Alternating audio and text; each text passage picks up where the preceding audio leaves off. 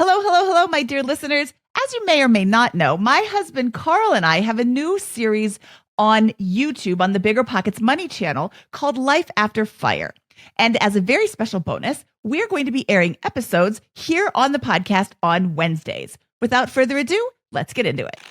Today, we're talking with my friend Amy about the taboo topic of hiring a financial advisor to help her with her finances and why she chose to go this route. We'll also talk about her fire life as a single woman and how she reached financial independence in the first place. This is the Life After Fire show, and we call it that because we're talking about and talking to people who are living their best life after reaching financial independence. Amy, thank you so much for joining me today. Thank you for having me. Let's first chat about how you reached financial independence. Sure.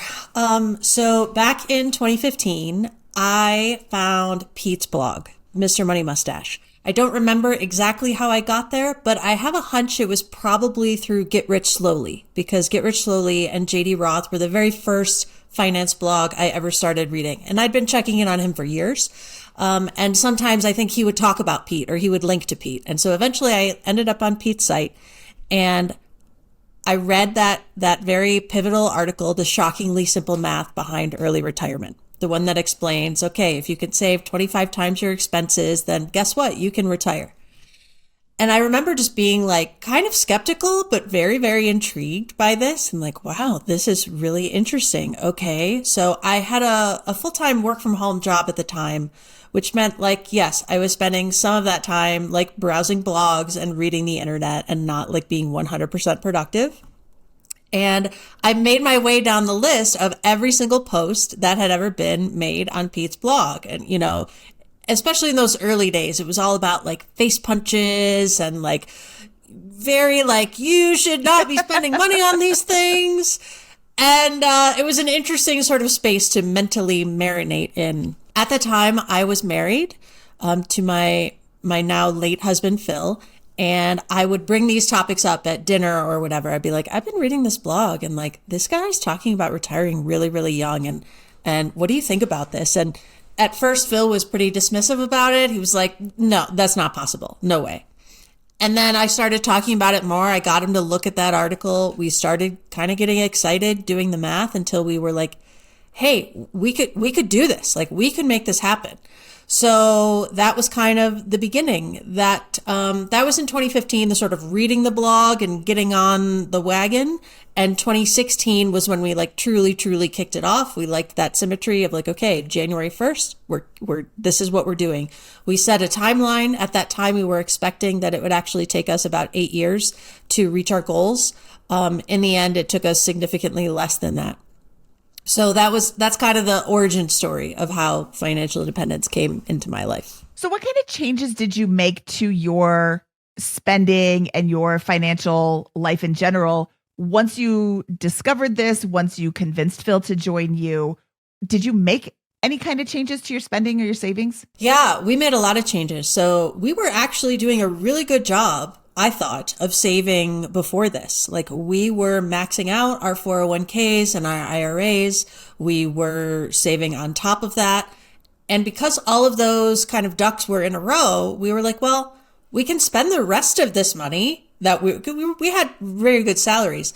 So we were like, we can spend this. Like we don't have to feel bad about, you know, traveling a lot, about dining out at our favorite places, about, you know, we were also in the process of totally gutting and renovating our home. So we were like, okay, we can like choose nicer finishes or whatever. Nothing plated in gold, but we were not holding ourselves to like the bare minimum, where we weren't trying to source things from the Habitat Restore or from Craigslist. We were like, let's just buy it at Lowe's. Let's go to Lowe's 8 times a day during those construction weekends.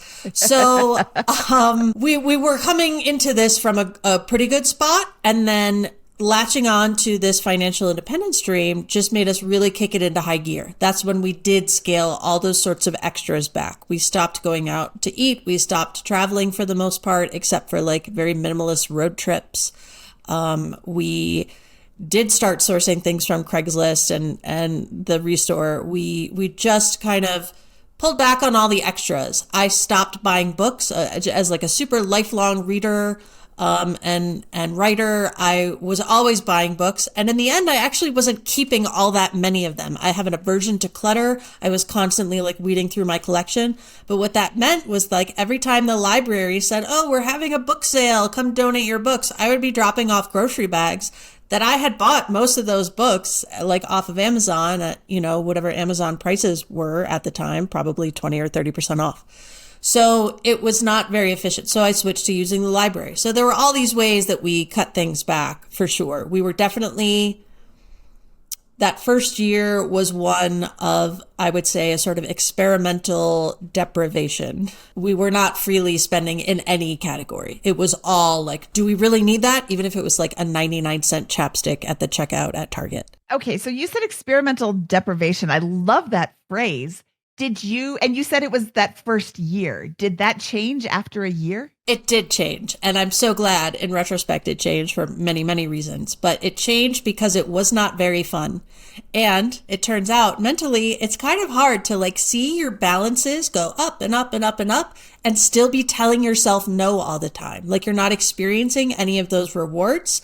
You're watching the numbers tick up, but you're just like, nope, can't do anything fun. We're not, going on vacation. We're not going out to a nice restaurant with our friends.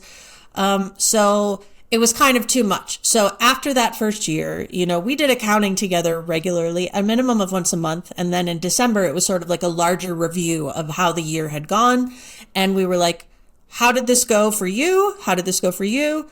Oh yeah, and we found out we were on the same page about how it wasn't super fun and we wanted to loosen the purse strings a little bit. And so that's what we did. And the following years after that, I would say kind of progressively more so, we just experienced more freedom in spending, and it enhanced our life in many ways. I think it's funny that you were able to go, and I think it's great, not funny, great that you were able to go an entire year with this experimental deprivation, my new favorite phrase, and then make the change. Did you have any sort of check-in meetings during that first year, or did you just like plow ahead and then get to the year and say, this isn't working? Yeah, we had check-in meetings every month, but also probably more. So we had sort of more formal ones every month when we would update our spreadsheets. We would pull all of our balances across like, oh, okay, you've got that 401k over here. I've got this one over here. What's this account doing? What's this account doing?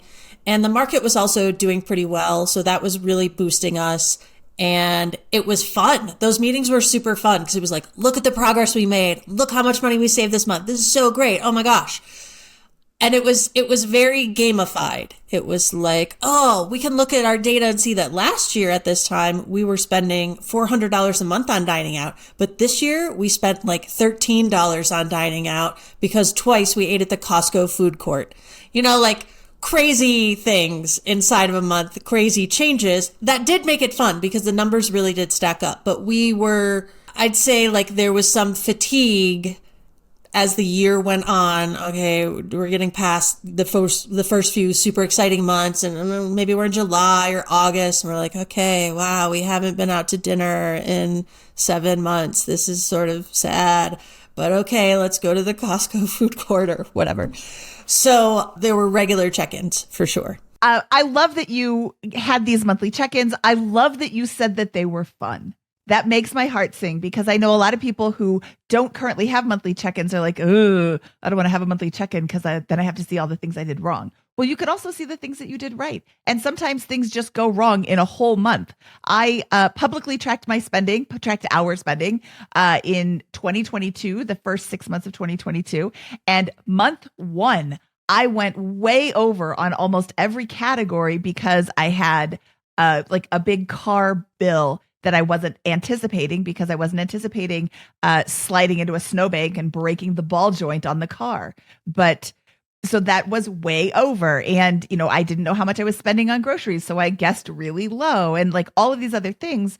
It can be really difficult to get to the end of the month and be like, wow, nothing went right this month. And there's always something that's going to go right. It's not like you're always going to be wrong, but focusing on the positive is really important, and it can help you continue on the path, and just even both of you being on the same page. That feeling of being on the same team definitely strengthened us in our financial independence journey so much, because those meetings were not about like, oh, I bought a new sweater this month, I'm kind of going to be in trouble when we have this meeting. It wasn't like that at all. It was like, let's see how awesome we did this month. And that just sort of changed the whole tenor. Oh, that's a really great way to reframe it. Amy, you're so positive. I love it. I once heard somebody say, it's not me against you, it's us against the world. And I love that phrase so much. I'm just going to keep saying it. So, Amy, did Ramit's philosophy of live your rich life influence you, or did you kind of come to this, incorporate the things you like by yourself? I think it was more organic. It was just kind of something we came to in looking and evaluating our quality of life. I was familiar with Ramit back then, but not the rich life stuff. I don't remember when exactly that came about for him, but my early memories of Ramit actually came from also reading Get Rich Slowly, because J.D. Roth would link to Ramit. And I remember Ramit's anecdote about how when he was like in his 20s and going out to party in bars, but he didn't want to pay for drinks, he would bring a flask of like rum and he would order a Coke or a Diet Coke and he would put his own liquor in it. So at the time, that was my primary association with Ramit's philosophy. It was not what it is today. I don't know exactly when he made that evolution. But if you had asked me back then, like, oh, would you say that what you and Phil are doing is something that could be called living your rich life? I might have said yes to that question, because that is how it felt. We were very specifically kind of curating the choices we wanted to make. Where was it worth it to us to spend, and where was it really easy to not spend? And that was, an ongoing conversation, but one that we were pretty much always on the same page about. I love that you were on the same page. I did not read Ramit's book, I Will Teach You to Be Rich, until I think the first time I interviewed him on the BiggerPockets Money podcast. And the reason I didn't read it is because it's called I Will Teach You to Be Rich. And I'm like, well, I already know how to get rich. You just save, save, save. I didn't realize that what it meant was I will teach you how to live a rich life. So I thought it was going to be like invest in your 401k and invest in your Roth IRA. And I'm like, well, I already know how to do that. So I'm not even going to bother reading this book. It was definitely different than what I expected it to be. And I think that I did myself a disservice by not reading it much closer to the beginning of my journey. But, we all have our shoulda, woulda, couldas. Yeah. Hindsight 2020, as they say. So I love that your story was woman-led. In most couples in this space, the man is trying to convince her to do this financial independence thing, this weird thing. Given that you were the driving force behind this in the beginning, why did you decide to hire a financial advisor? This is going to lead us down like into a bigger and sadder story, to be frank. So that beginning of that financial independence journey, as I mentioned, was back in 2015, 2016. A lot of things changed in Phil's and my life over the years, as it does for everyone. We had been living in a very low cost of living place at the time that we started this journey.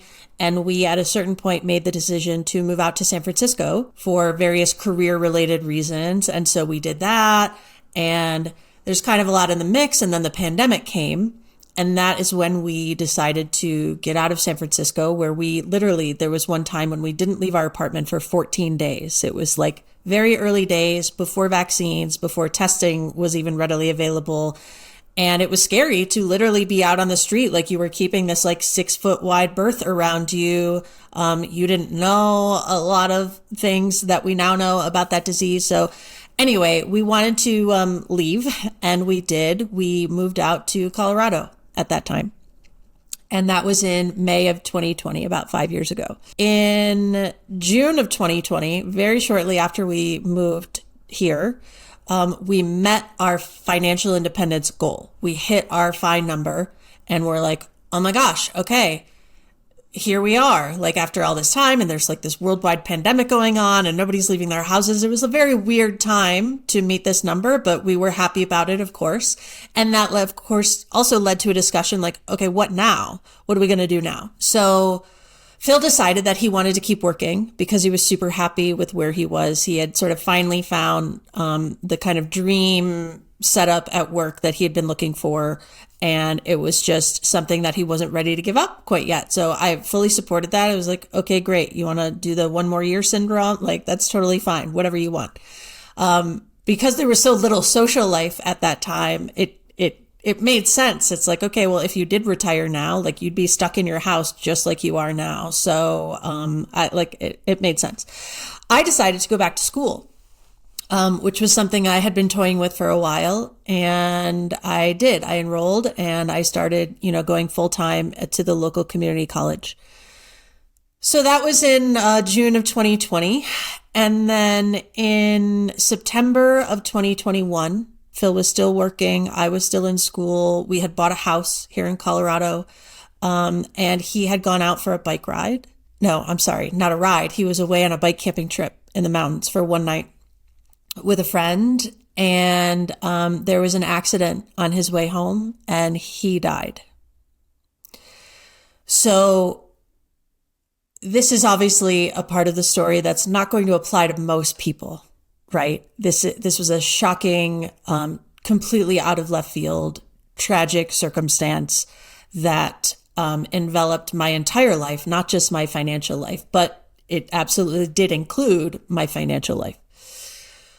So that kind of threw everything into a turmoil. And within that turmoil, I knew very quickly that I was going to need help managing the money aspects because those are things that Phil had done. Yes, I had brought us to financial independence. I was the driver of that whole, shebang, but he was the one. He had the software brain, the math brain. He was like doing the trades and figuring out our account balancing and what are we in stocks and what are we in bonds and what's our risk tolerance. And like he did all the mathy stuff, which was not my forte. Like absolutely it was not. Let alone in the wake of this horrible tragedy, when I could not remember to lock my door or run the dishwasher, I was in no position to be like, well, let's dive in and let me learn all this stuff so that I can manage my financial future. That just was not going to happen at that time. So I started trying to figure out, okay, how am I going to do this?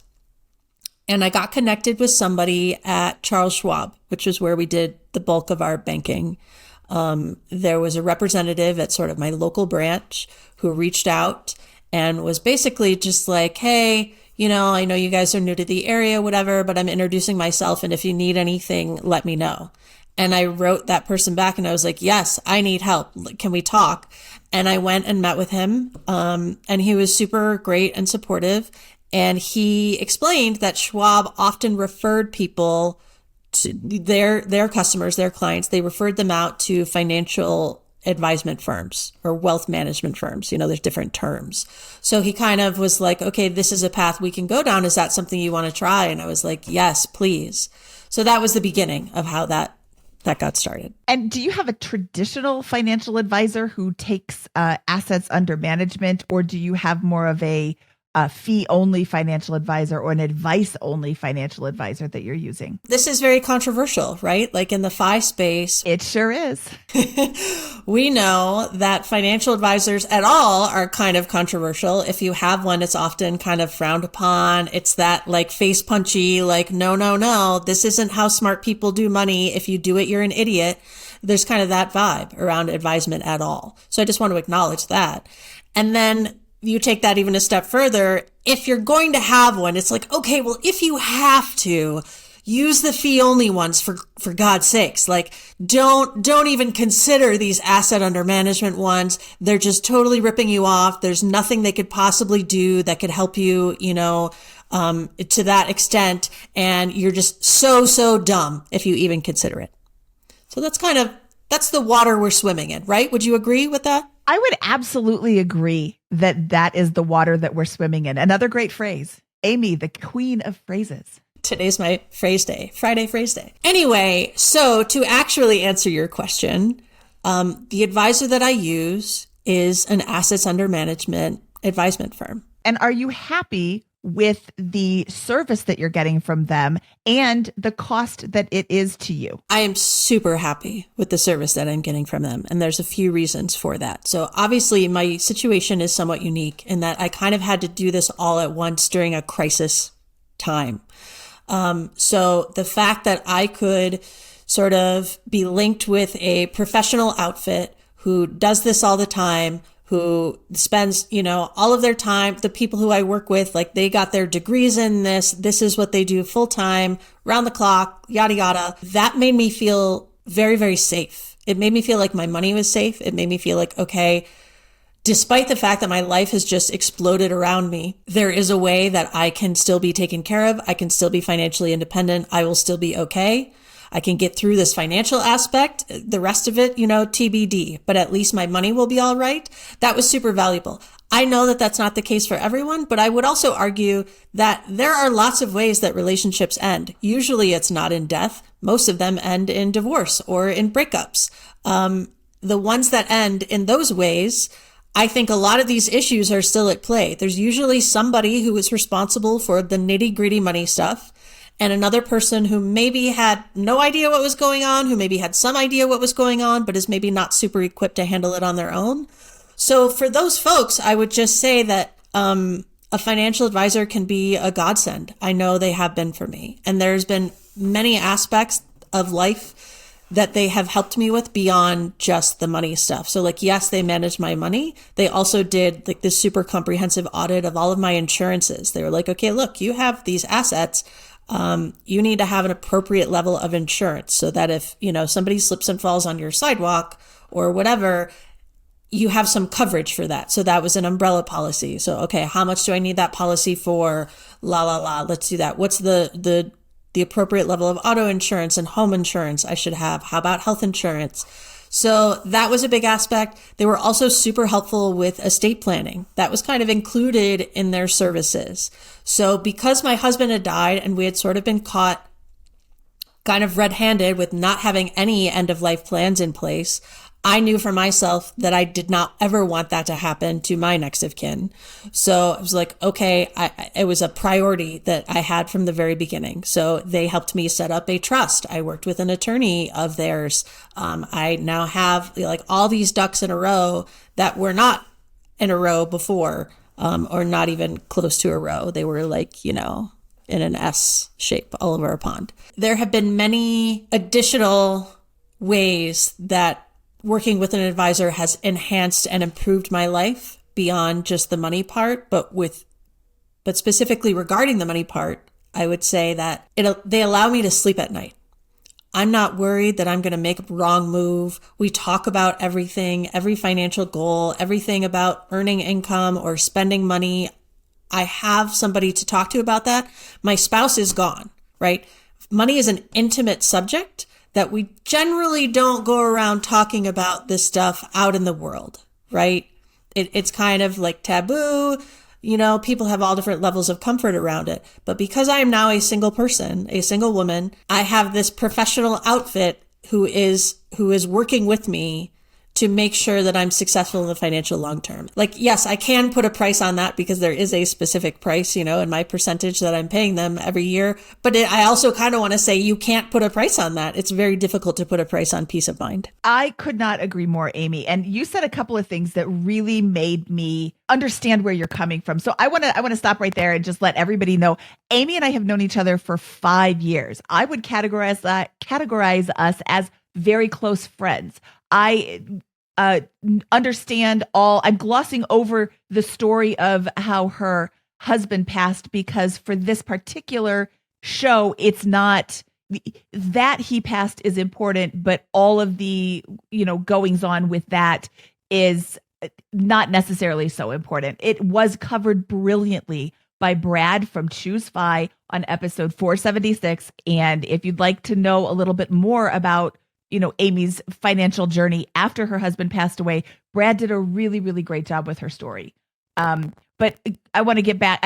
So I don't want people to think, wow, Mindy, you totally just like jumped over the fact that her husband died. If you knew the hours you and I have spent talking about the fact that my husband died and all the repercussions, like people would understand. It's a lot of hours. I'm intimately familiar with that part of the story, but I also don't want people to be like, wow, she's so mean.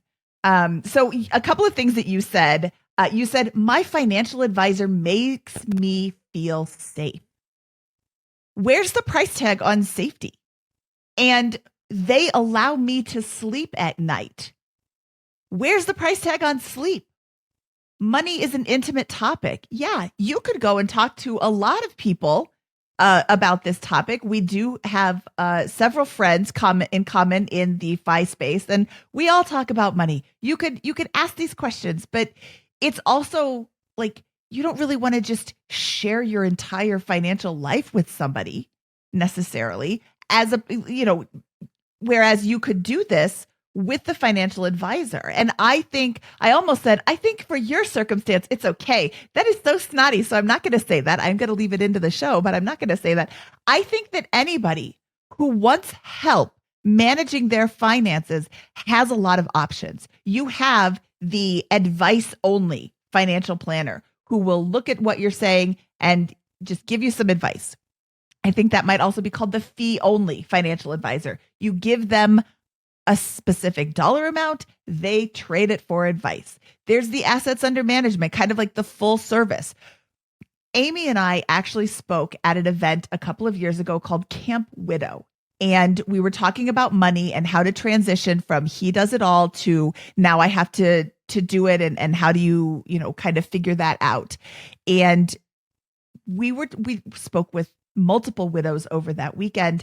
And it seems like about the 2-year mark after your partner passes is when the widow brain, the fog finally lifts and you can sort of start feeling like yourself again. And that's not true for everybody, but that seemed, would you characterize that as kind of like 2 years is kind of when you start to be able to function at the same capacity that you were while your partner was still alive? I agree that 2 years is a very common milestone to be like, okay, I can be back in the world, but I wouldn't go so far as to say that I have regained the capacity that I had before Phil died, because I haven't. And that feels very clear to me. And I don't know if I ever will. And I've read other widow accounts who have mentioned that as well. So I want to make that distinction. But I do think, yes, 2 years is a reasonable point at which many widows that I have known, and I have known a lot by this point, sort of do come out of the mist and are ready to be maybe a little bit more proactive, is how I would put it. So in 2 years, your bank is not going to wait. Your investments are not going to wait. Your bills are not going to wait for you to be able to function again at a higher level. I don't know how to say this without sounding terrible. But like you said, 2 years is about where it's at. But you had 2 years worth of, sometimes I don't remember to lock the door. Sometimes I don't remember to turn on the dishwasher. Did I brush my teeth today? When was the last time I took a shower? I'm pulling from my days of having an infant, which is in no way comparable, except the lack of sleep and the lack of being able to focus. So having somebody to help you through all of those times. I mean, anybody listening who is like, wow, Amy, you could have done that yourself. You know what, Amy? You could build a whole house by yourself. Why don't you? You could build a car from scratch. Why did you buy one that was already done? Like there's so many things that you could do for yourself that you don't do. Like everybody listening, you could grow your own vegetables. Do you do that? No, you go to the grocery store and you buy them ready grown. There's lots of things that you could do. You hire people because they're either better than you at it or you don't want to do it. And I think that financial advising is just exactly the same thing. You hire somebody because they're either better at it or you don't want to do it. I agree. And I think that brings up a sort of similar but related point around how, if we think about the sort of template that we all became aware of the retired person, the FI person, what is the archetype here? If you think of what's the typical person in the FI space? I think that answer has changed over time. But if you go back to like when I first got into reading the FI stuff, it was pretty clear and pretty narrow. It was a man. He was in software. He DIY'd tons of stuff, his house, his car, very into stoicism, an atheist, like, does this sound about right? And I'm not trying to pick on Pete or Carl or any of the other people who like have given us so much wonderful content. But I want to say that those terms for some of us, not everyone, but for some of us, including me, they do not fit. That is not a box I am ever going to fit into. My husband was very much of that ilk. I respect it. I understand it, but I do not function in that way. So like, I want to give an example about this. Like I said, I was in school before and I have been chipping away at this degree that I'm working on. And right now I'm enrolled in the last class that's required. I left it to the very last minute because I didn't want to take a science class with a lab, but I had to take a science class with a lab. So I had to choose which one it was going to be. And in sort of like a sentimental nod to Phil, even though he has now been gone for more than 3 years, I decided to take physics because Phil loved physics. And I'm like, there are limited ways that I can connect with him in the present day. And maybe this is one. I'm going to take a physics class. I'm going to see what the fuss is about. What did he love about all this? So right now I'm at the slightly more than halfway point of the semester.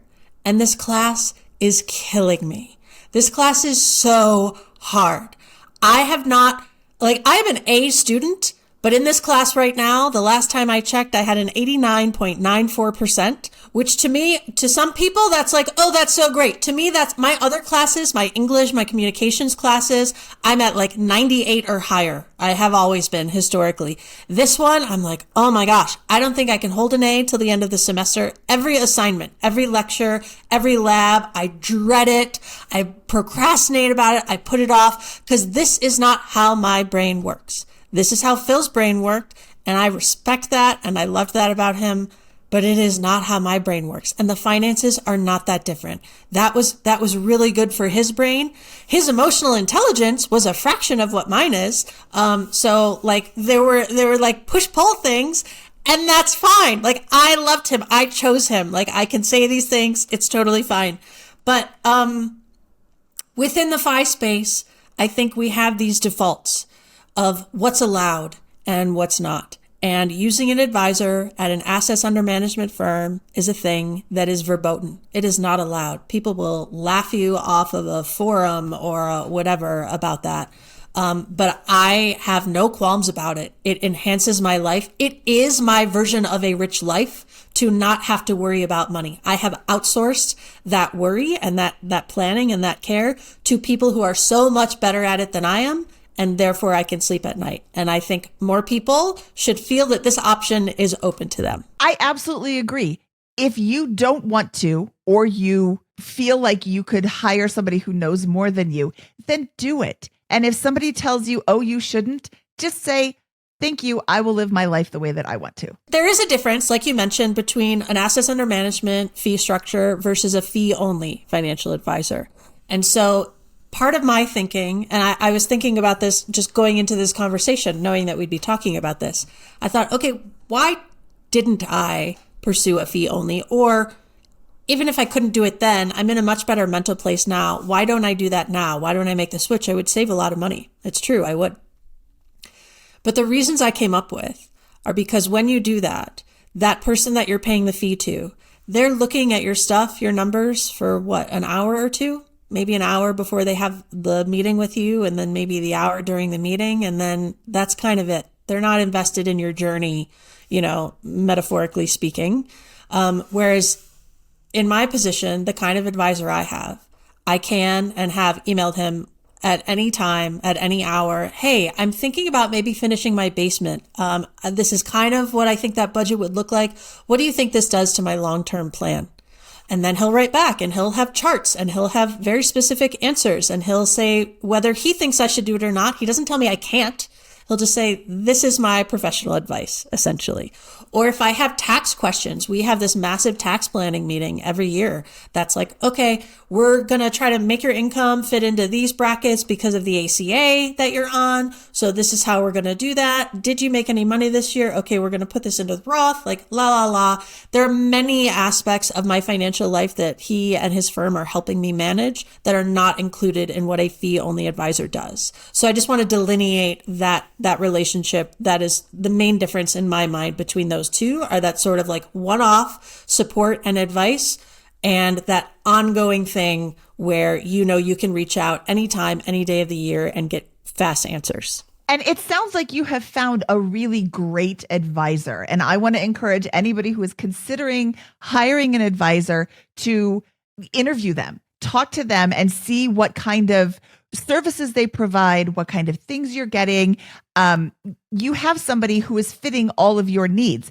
If you, my listeners, connect with an advisor and you're like, wow, he really didn't do anything for me, maybe an advisor isn't for you, or maybe that advisor isn't for you. If you want somebody to look over your numbers and just be like, yeah, you're doing great, or hey, don't forget about this tax advantage, or this tax obligation that could come up if you do this, then going to a place like Hello Nectarine or the XY Planning Network and finding a fee-only financial advisor could be what you're looking for. But if you need somebody who is more in-depth, who is looking at your numbers frequently, who you can reach out to at any time, somebody like Amy's advisor might be a better fit for you. And it doesn't matter what Bob down the street says or Joe Blow online says. If you like this person, if you're comfortable, understand the fee structure, but if you're comfortable with the fee structure, then you're just paying for a service that you value. And anybody who tells you that you're wrong, they're wrong. Do you think that you will continue to use your financial advisor for the foreseeable future? Good question. Definitely right now, I have zero plans to change. There are added benefits. So given my life stage, I'm a single woman, but that could change one day. I could meet someone, I could want to get married. If that happens, there will be many conversations that I will have with my advisor about okay, what are we doing in terms of prenuptial agreements, or how do we need to structure my assets in such a way that they're, safe no matter what happens in any future relationship or marriage. So that's just another thing that they're going to bring to the table that I will lean on them for if or when that time comes. I think it's possible. I don't know. Every time I think about should I consider doing this myself? I have all these friends who are just oh, index funds and set it and forget it. But I know from working with my advisor on the back end for these last few years, there's so much more to it. I do think I know enough to be okay, yes, could I dump all of my money into an index fund? If I had to, if my, advisement firm went away and I didn't have that as an option anymore, I think I could do okay, but okay isn't really enough. If I can go back to my physics class analogy, so okay, right now I'm getting a B or a high B in that class, when normally I'm an A student. Now, a B in a physics class that I don't really need and I'm never going to go into a STEM field, that's fine. There are no stakes with that. But if I was to get the equivalent of a B grade in managing my own investments, that would be pretty catastrophic. I would be missing out on a lot of money if I was only doing as well as a B. So I really have no plans to change at this point. I'm not going to say never, but it is not in my immediate field of vision as oh, I want to cut costs and this is where I'm going to do it. Those costs are what allow the other costs to not bother me. So for now, I'm letting it ride and I'm perfectly happy to do it. Okay. Well, I think that's great. I think that you have made a decision based on information and facts, and not based on somebody else saying something that you should do or somebody saying something that you shouldn't do. And it works for you. You understand how much it's going to cost. That's it. My money, my choice. Exactly. Your money, your choice. All right, Amy, I really appreciate your time today. This was a great conversation. I think that this is going to help a lot of people who are either using a financial advisor and feeling guilty about it, or wanting to use a financial advisor, having seen all these comments, you should never use a financial advisor, and saying, oh, well, then I guess I shouldn't, but they're not really managing their money like it should be managed. So if you want to hire a financial advisor, hire a financial advisor. Amy says it's okay, and I do too. Amen. All right, Amy, again, thank you for your time today, and we'll talk to you soon. Thank you so much. Talk soon. And if you like this video, please click thumbs up and don't forget to subscribe to this channel for more inspiring fire videos just like Amy's. All right, that wraps up this episode of the BiggerPockets Money Podcast. My name is Mindy Jensen, saying later days, Sunrays.